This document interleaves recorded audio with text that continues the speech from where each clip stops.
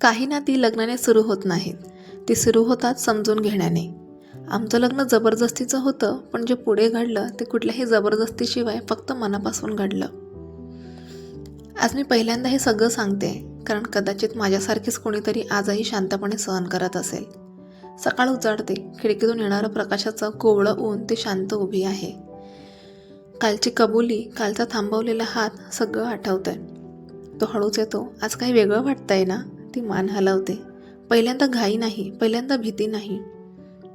ती म्हणते, मला एक गोष्ट स्पष्ट हवी आहे. हे नातं समाजासाठी नाही.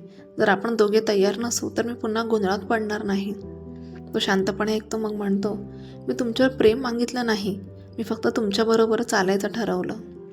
ती खोल श्वास घेते. ती सांगते, माझ्या आयुष्यात आधी कोणीतरी होतं. ते नातं संपलं, पण त्याची भीती राहिली. तो काही क्षण थांबतो.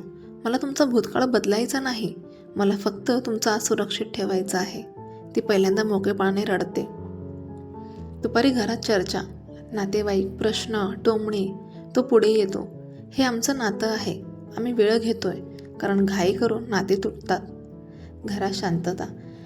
ती त्याच्याकडे पाहते. पहिल्यांदा आधार नाही, भागीदारी दिसते. संध्याकाळी ती चहा देते आणि तो घेतो. धन्यवाद, तो म्हणतो.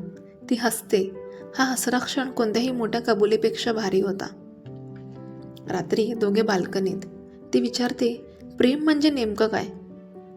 तो म्हणतो, प्रेम म्हणजे दुसऱ्याला बदलणं नाही, तर बदलायला वेळ देणं. ती त्याचा हात धरते, पहिल्यांदा स्वतःहून.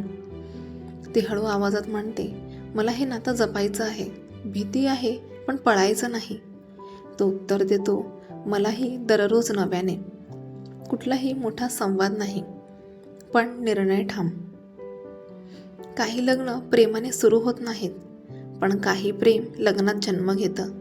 आमचं नातं परिपूर्ण नाही, पण प्रामाणिक आहे, आणि कधीकधी तेवढंच पुरेसं असतं. जर तुम्ही आजही जबरदस्ती, दबाव, भीती यामध्ये अडकलेले असाल तर हे लक्षात ठेवा, प्रेम कधीच ओरडत नाही, ते शांतपणे आधार देतं. ही सिरीज तुम्हाला तुमची वाटली असेल तर शेअर करा. कमेंटमध्ये लिहा, जबरदस्तीचं लग्न प्रेमात बदलू शकतं का?